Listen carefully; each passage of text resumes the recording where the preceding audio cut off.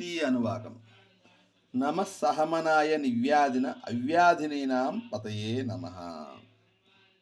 శివునికి నమస్కారము. శత్రువులను అణిచివేయు వానికి, ఆశ్చర్యముగా శత్రువులను కొట్టువానికి, పరాక్రమవంతులైన సైన్యములకు పరిపాలకుడైన ఈశ్వరునికి నమస్కారము. నమ కకుబాయ నిషంగినే స్థేనానాం పతయే నమ. మర్రి చెట్టు వలె ప్రధానునికి, ఖడ్గము చేతిలో ధరించిన వానికి, రహస్యముగా దొంగతనము చేయు దొంగలకు పాలకుడైన శివునికి నమస్కారము. నమో నిషంగిన సుమతే తస్కరాణాం పతయే.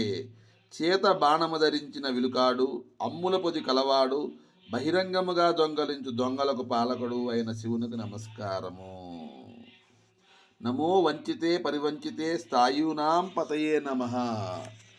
నమ్మకంగా ఉండి యజమాని సొమ్ముని అపహరించు మోసగాడు స్వరూపములో ఉండే శివుని కొరకు, అన్ని వేళలా మోసపు స్వరూపముతో ఉండే శివుని కొరకు నమస్కారము.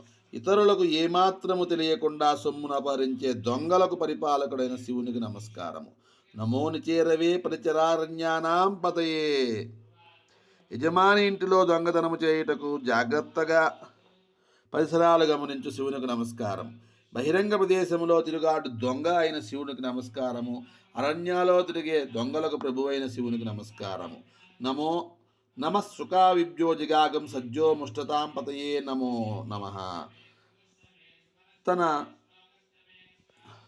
ఉపకరణములతో శరీరం రక్షించుకొనుచు జంతువులను హింసించే దొంగలకు ప్రభు అయిన శివునికి నమస్కారం.